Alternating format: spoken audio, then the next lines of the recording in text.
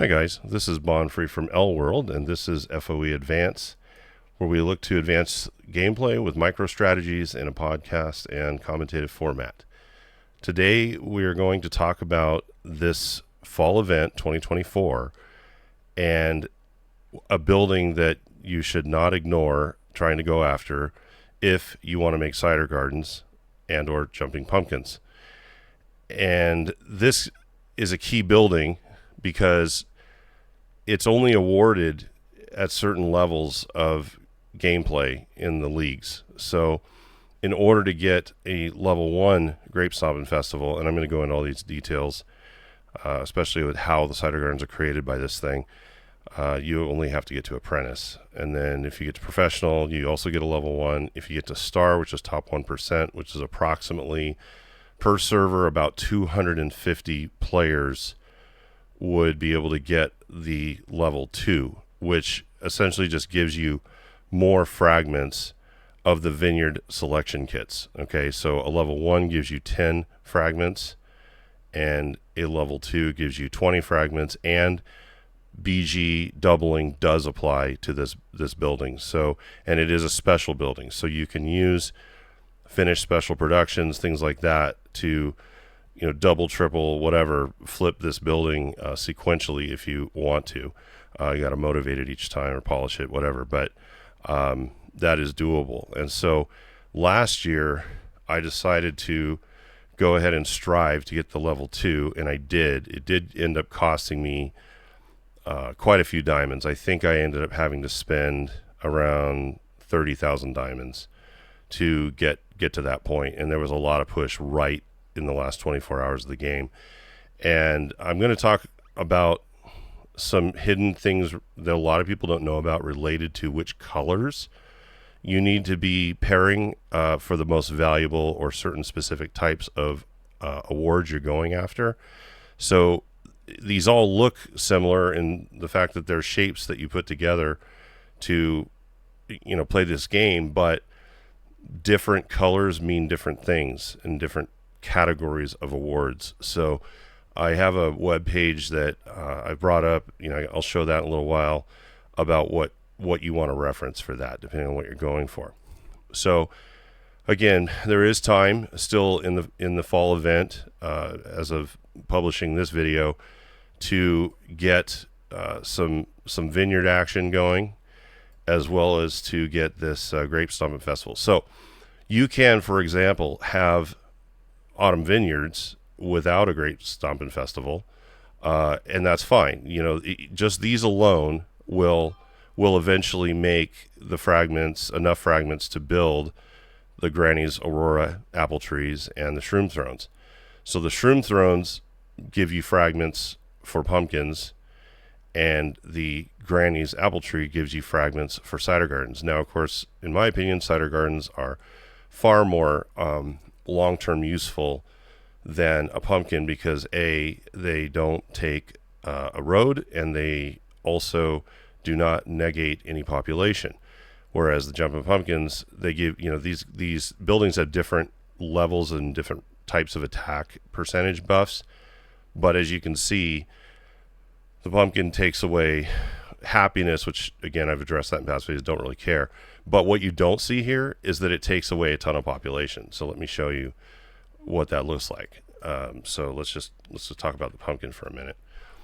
So depending on how many autumn vineyards you have is going to depend on, and these need to be upgraded, by the way, I'll get into that in a second, but the shards and fragments that come out of these ultimately give you this pathway. So anyway, the Jumpin Pumpkin costs, well, this is the elite. I got to talk about that once we drill in a little bit more. That's why I think it's going to be a fairly long video. But the Jumpin Pumpkin costs 20,000 population, 20,196 per. And then if you go to the elite, which just gives you better percentage stats, it costs 23,000 and takes away more happiness and gives you a bit more production. So not a building that I use frequently. However, it has a very useful niche in events because I can drop these down in 5 seconds. It's a 2x2, and it fulfills quests that are related to creating supplies from your current era to finish those quests, which can be really difficult. If you played the recent Rivals on the last event, you'll know that, you know, having to do like 30, depending on what era you were in, like in SAP, I think we had to do 30 or 40 finish supply productions from your current era, which was pretty brutal. So I had like 25 of these down, and you know, based on how much of pop I could afford. And then as soon as they're not needed, I delete them. I don't even store them and sell them because they're not worth anything in the AD anyway. So as you can see, I have 129 of these just sitting around because I'm making them every day, just because of the number of vineyards I have now. Okay, so let's get back to the kind of the vineyard ecosystem. This is how you fundamentally make the fragments for the trees and the Shroom Throne, which eventually, you know, give you the cider gardens and the pumpkins. So this is a vibrant autumn vineyard, and that's how we're getting these fragments. I've also upgraded one of my vineyards to a majestic because I got one majestic upgrade as part of this event. That's a new add-on for what previously was the top level of the building. So previously, last year, the vibrant was as high as you could go, which you would get there with a silver selection and then a gold upgrade, and that would make it vibrant. And then now we have the majestic upgrade, and it gives you two kinds of fragments now, which is really interesting. You still get the Granny and the Shroom Throne fragments, but now you also get fragments for Royal Shroom Thrones and Granny's apple blossom trees, and those create they're in their own right certain things, and I'm going to show you those as well. So I don't have any of those down yet in my city, but I have the wikis, so I was just going to go over that in that manner. But what's cool is, like, let's say you only end up with one or two vibrant autumn vineyards just from your regular gameplay of this event. Well, you know, what's wrong with more, right? I mean, they are pretty big. They take up a lot of space, but they're pretty good. You know, they give you plus population, about 18,000 each in my era, and the vibrant gives you 21. And, you know, they make FP and they give you blueprints from higher age, you know, goods. It's a very, very well-rounded building. This reminds me of older style rounded buildings that Enno would offer 3, 4, 5 years ago, but you also have this fragment stuff and then all these other goodies that go with it. It's a very full-featured building. So anyway, it's not great on FP compared to what some of this new stuff, but still pretty good. So if you have, you know, at least a level 1 of the Grape Stompin Festival, then you are making the fragments every day to build more autumn vineyards, because you're getting a percentage chance on selection kits or silver kit, which is rustic, and then your gold. So something I should clarify: when you get enough selections to get to, I think it's a level 9. Let me double check of the autumn vineyard. I think if you're, you know, drilled into this, these are things you're going to want to know anyway. So, okay, so I'll go to my selection kits. I haven't even bothered to deploy these because I'm still making the fragments, but you know, it's just always a space thing. So anyway, you would need to get to level 9. So you need to get to a level 9 autumn vineyard. Then you would say you only have a silver kit for that. Let's see, silver. I think it's silver. But that would take you to kind of like level 10, and then the next one would take you to gold. So if you end up with a silver that's as high as you could go with it, the rustic, what I wanted to explain, you know, you're going from level 9 to level 10, and then if you don't have a gold, well, guess what? This is going to make fragments to eventually get you a gold upgrade kit. And you can see that down here. I can't use my mouse, but you can see in this drop down that it's going to provide fragments of the golden upgrade kit. So that's what's really cool, is that, you know, if you don't end up getting any golds in this event, you can end up making them. But again, that's you're only going to top out if you don't have a grape stomp. You're going to top out on whatever whatever count of these you can pull out of this event. Otherwise, you can just it's almost a perpetual motion machine where you can just keep building these, and then you're going to keep building. They're going to pop out these granny trees, right? Granny apple trees, as well as the Shroom Thrones. I'm trying to find one. I seem to have them everywhere, but when I look for them, I don't. Okay, and here's the Shroom Thrones. So the thing I don't like about either of these buildings, these 1x1s, is that they need a road, and that is a real drag. But at the end of the day, what they produce in high quantities is great. I mean, these cider gardens are incredible because for me, I'm getting what I consider to be the best unit in SAT, the molecular enforcers, and actually scratch that entirely. It's not the best unit, but I'm getting molecular enforcers, and I'm getting rogues on a half, 50%, 7 FP, and then some attack stats. So, that is handy. I'll go back to that unit, that troops thing. So my favorites are permafrost drones. So I'm not getting permafrost, but that's okay. I get permafrost from other buildings, so not a problem because I deleted my Traz, but I have not needed it back. So anyhow, then when we get into being able to assemble those and then drop them down, I wanted to show you the. Oh wait, no, it's actually on this right here. Okay, so I have some links, up on my browser here, and I can put these in. I'll put these in the video description. But this explains that the Grape Stomp Festival was introduced in 23. What it does, the types of things it awards, depending on your era, it's going to give you some. It's going to give you some goods and some FP, but the big thing is it offers fragments for these, super cool vineyards. And then when we get to the exquisite cider garden, which is new for this year, being introduced in 2024, it simply upgrades an existing cider garden, and the way that you get fragments for these is to either win them from the event or produce them in your majestic autumn vineyard that you were able to upgrade, or vineyards from the event. So if you want to have a continuing supply of being able to make the upgrade kits for the garden or the pumpkins, you're going to have that highest level vineyard. So in this case, again, I'll post the link for this. You're going to get different units with a chance hit on 2 different ones, and here's the quantities, and here's the points and things like that. So the cider garden is incredibly efficient based on scoring for being a 2x2 building. It does need to be renovated if you age up and so forth. You're going to want to age it up if you want the benefits of a current era. Maybe you want to make random units from a previous era. I mean, great, that's fine if you want to do that, or you can reno it.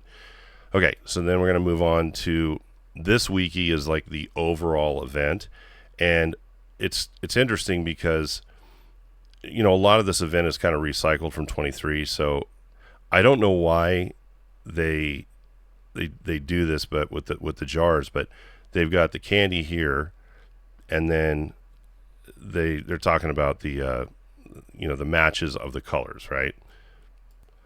So by matching different colors on the board here, on the puzzle board, you're going to actually be eligible for different types of awards. Okay, so the type, about the coffee cups. I'm not going to go into the rest of the mechanics of this because there's other guys doing way better videos on that.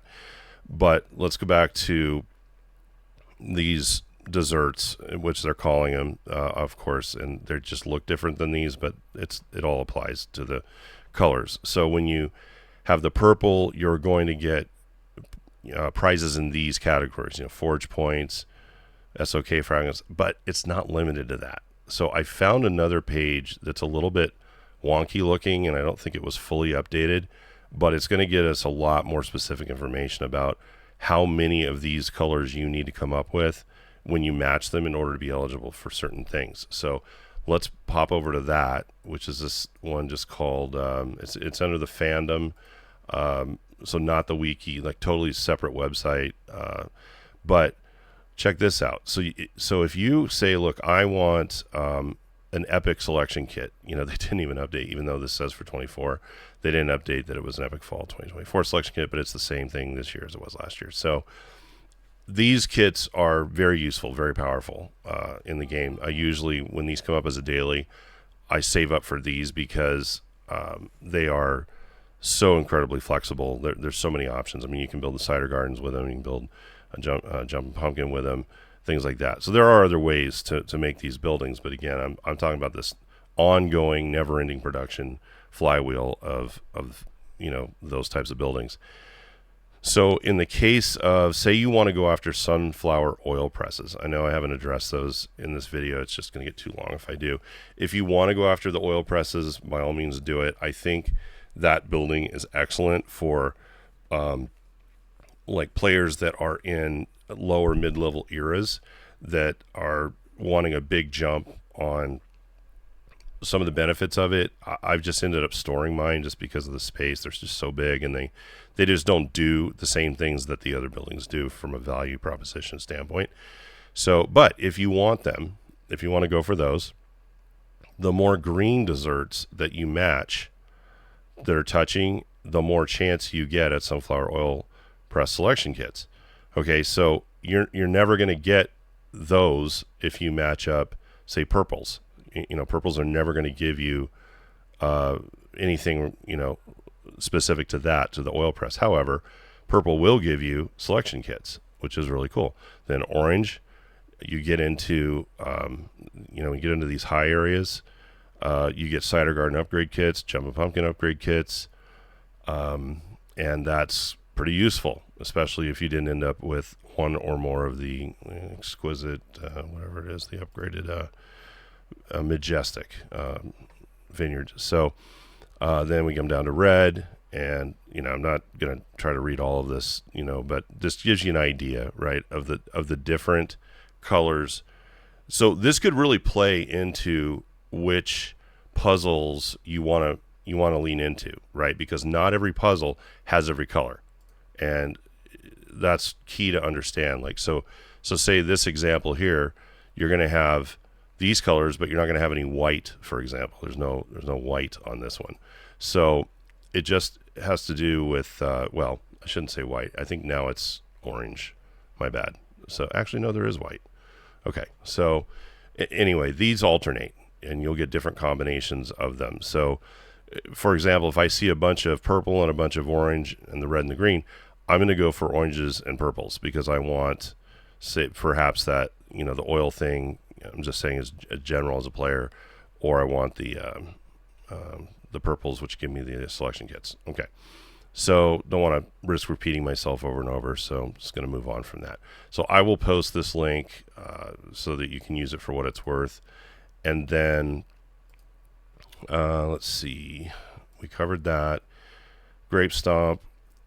So as you can see, I have hundreds of cider gardens in my city, probably more than I really need to. A whole other topic, but when the stats get to where they are at where I'm at in the game, it's just kind of hard to tell, like, what am I, what benefit am I getting on GBG? Like, I was able to test my my high attrition based on these numbers in a couple seasons ago, and I think I got to 187 attrition with just my kind of default units. I think if I had messed with the units a little bit more, I could have gotten well past 200. So that's great, but what I would like to figure out next is if I could maybe reduce some of these numbers to clear space in my city for other things, because if we just round up, I'm sitting at almost 7,000, and then 6,500 and 4,000 on the blue stats. So Is it overkill? I don't know. Most fighters would say you can never have too high of a stat. And I tend to agree with that because it tends to, kill less units, and it just makes every fighting aspect of the game a lot easier to do. The PvP stuff and so forth and so on when you have all these buffs. So I think I'm going to plan to keep about this number in my city. My city is just so badly needs a revamp. It's very much long overdue. So you may be wondering why these roads are disconnected down here. That's just because during events like this that I'm very actively playing, I just move lower value buildings that need roads off to the side, such as the 1x1s, the trees, and so forth, just so that I can fulfill quests with throwing down decorative buildings, cultural buildings, things like that. Gain population, build a battle building and delete it, get population back, things like that. So that's my little flex area there, flex space, if you will. So that's I think I'm going to call it here because there's plenty of other things to talk about, and I appreciate you guys watching, and definitely ask questions if if you're not sure about anything that I've either glossed or haven't addressed, or if I've said something conflicting or confusing. I'm actively responding to comments, and just really appreciate the community and that you guys watch the videos and enjoy them. So until next time, take care and enjoy the game.